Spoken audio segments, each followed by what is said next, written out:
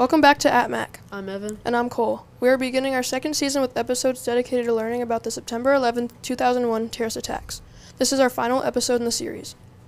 Today we have retired Master Sgt. Brandi Arter. He served for 20 years in the United States Army and was in service when the 9/11 attacks happened. Thank you for joining us. Thanks for having me. Can you tell us about what being a Master Sergeant consists of? Well, you usually don't get it till you're about 15 years in the service, and it's the next to last rank an enlisted soldier can get, as high as he can go. Could you please tell us about what you remember from the day of September 11th? I was conducting a field exercise at Fort Lewis, Washington, and our leadership called us all together. We didn't know what we were doing that day. They told us that something had just happened. They kind of elaborated a little bit further, didn't go into great detail. They brought us out of the field within the next 2 hours, and it was just chaos around the whole institution. The whole installation was chaos. I lived on post at the time, and just to get home, it took over an hour and a half. As a soldier, what went through your mind when you found out about the attack? I think like most people during that time, it was disbelief. You never saw something of that chaos happen.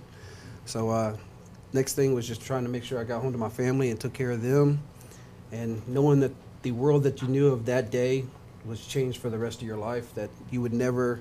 An example would be like, you used to be able to go to the airport and your family would be able to sit with you at the airport, at the terminals, the gate that you're at. Now you've got to go through TSA. So just a lot of change, and then knowing it was time to defend the country. What was life like in the service following the attack? Pretty chaotic. We had a lot of deployments that came up after that, a lot of sacrifice.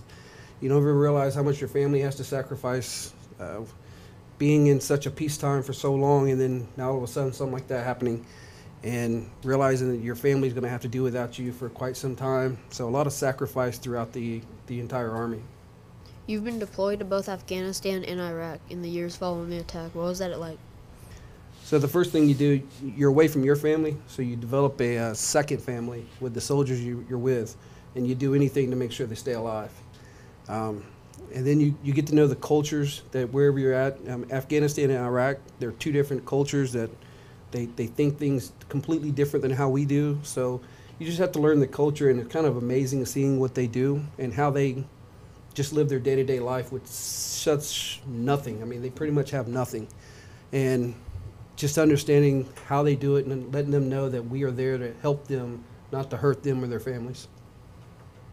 Why did you decide to serve our country in the military? At the time, it was patriotism, and I just wanted to be a good role model for my kids at the time and build a better life for my family. Whenever you first enlisted in the Army, did you always know that you wanted to go that far, or did you just decide as you went? Really decided as I went. The first soldier that I saw that I really respected, I wanted to be like him, so I made it to the rank that he was, and I felt it was time for me to get out of the service. Do you think the September 11th events affected that at all, with how long you wanted to stay in?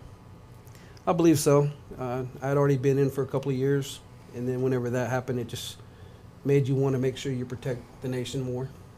What do you believe the next generation should know regarding the attacks? That day caused a lot of pain, stress, depression across the nation, but it also showed that the nation can come together and really support each other and show each other that we're there for each other. A lot of things we need to put that towards today in life, things that are happening in the currently going on, and it would help to understand looking at it that way.